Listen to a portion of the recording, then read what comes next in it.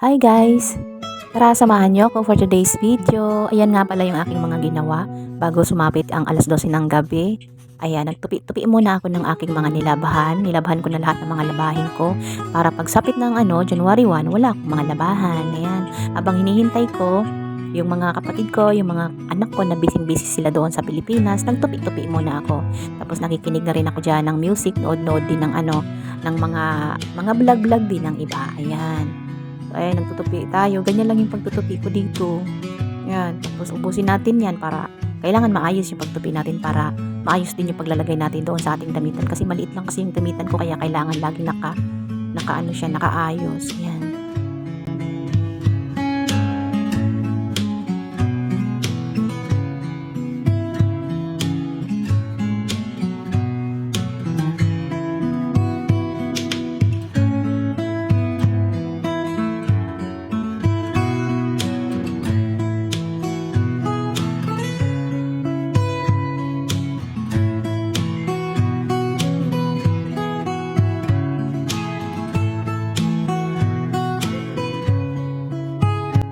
Ayan, natapos ko na lahat ng mga dinupi ko, ilalagay ko na siya dyan sa damitan ko. Ayan, 'di ba sabi ko sa inyo, maliit lang yung lagayan ko ng mga damit, kaya kailangan talagang maayos talaga yung pagkakalagay ko diyan.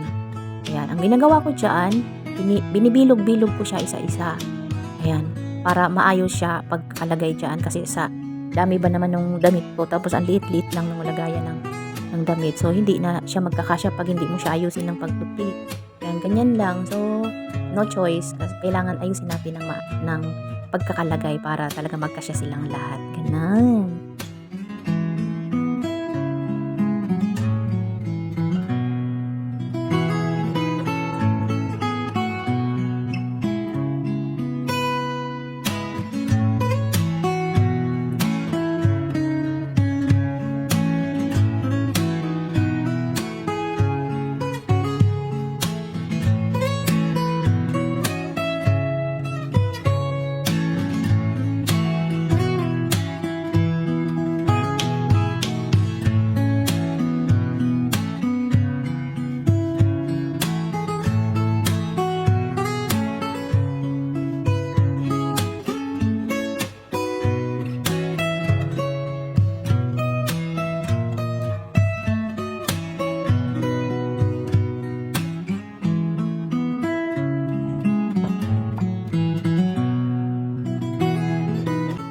Tapos ayan naman, yung umaga, itong ngayong January 1, ayan, kahit na holiday, trabaho pa rin si Ate Benz. Ayan, ganyan ang gawa ko tuwing umaga, painumin ko si Lola ng gatas. Tapos ko na rin siya dyan i-BP, hindi ko lang na video. Tsaka tapos ko na rin siya kuhanan ng i-check ng kanyang sugar. Ayan, ganyan lang ginagawa ko. Nilalagyan ko muna ng mainit na tubig kasi ayaw niya ng malamig yung kanyang iinumin. Ayan, kaya kailangan lalagyan natin ng konting tubig na mainit bago natin ilalagay yung gatas. Yan, pasensya na kayo sa kamay ko, lagi kong pinapagpag kasi nag-aano na siya. Tawag dito namamanhid, palagi nang namamanhid yung kaliwa kong kamay. Kaya lagi kong pinapagpag siya pag namamanhid na. Kaya ganyan lang kasi hindi naman naka-NGT si Lola.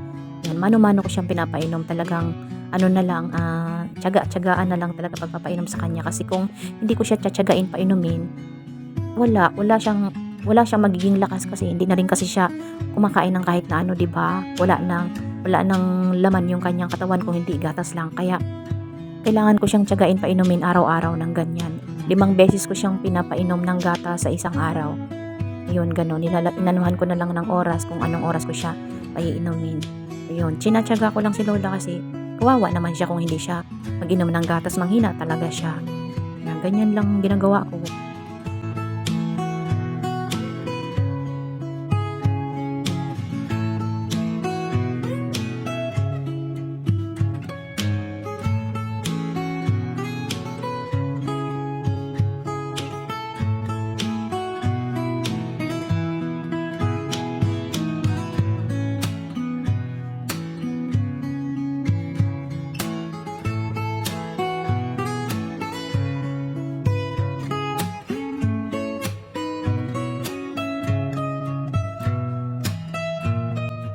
Ayan, paiinumin ko naman siya diyaan ng kaniyang mga gamot. Ayan, dinudurog ko lang din yung mga gamot niya, pinipit-pit ko at dinudurog ko at nilalagay ko dun sa baso. Tapos lalagyan ko ng konting mainit na tubig para matunaw. Ayan, kasi di na rin niya kayang lumunok ng mga gamot niya. Ang dami din ng mga gamot niya guys, everyday niya iniinom. So sa dami niyan, hindi niya na talaga kayang maglunok. So para ko lang mapainom siya ng gamot, inahalo ko siya doon sa gatas na kanyang iniinom para lang mainom niya yung mga gamot niya. Kasi maintenance na niya yan. Pag hindi siya mag-inom, manghina siya. O, alam niyo na ang susunod mangyari, o di ba? Kaya kailangan tiyaga-tiyaga din ang pagpapainom ng gamot. Minsan talaga ayaw niyang uminom. Pero pinipilit ko, minsan inaano ko yung binibiro-biro ko or inuuto-uto ko pa ganun para lang uminom siya ng gatas. Ay, uminom ng gamot. Yun, ganyan lang pagpapainom ko sa kanya. Ayan, mano-mano lang din.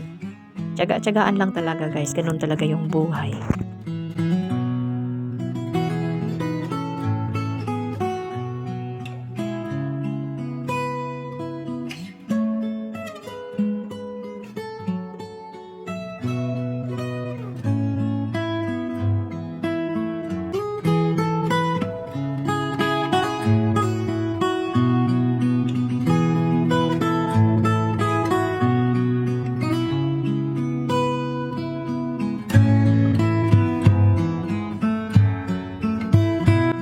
Ayan, natapos na natin ang pagpapainom ng gatas at saka gamot.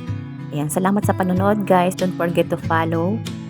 And please like and share our video. Thank you so much.